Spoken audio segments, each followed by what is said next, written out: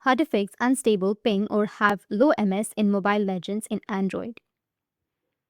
So if you want to fix unstable ping or have low MS in Mobile Legends in Android, then this is due to the network issue.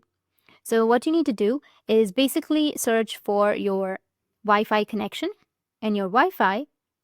If your Wi-Fi is lagging or you face any kind of the problem in your connection, then you can switch into cellular data, or you can turn on your airplane mode and then turn it back off. Once you've done this, then again launch your Mobile Legends and check for it. If the issue still persists, then you can tap on your phone settings and you need to navigate to the option of developer, or tap on the search icon which will be on the bottom or on the top of your screen, and then search for developer options. Once you find it, tap on the developer options, and now you need to scroll down until you find the option of Wi-Fi scan throttling. And make sure to enable this option.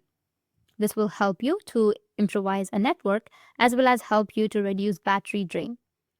Also, if you are someone who uses cellular data for gaming, then you need to keep the option active, which is mobile data always active, or always keep mobile data on if you're using your mobile network.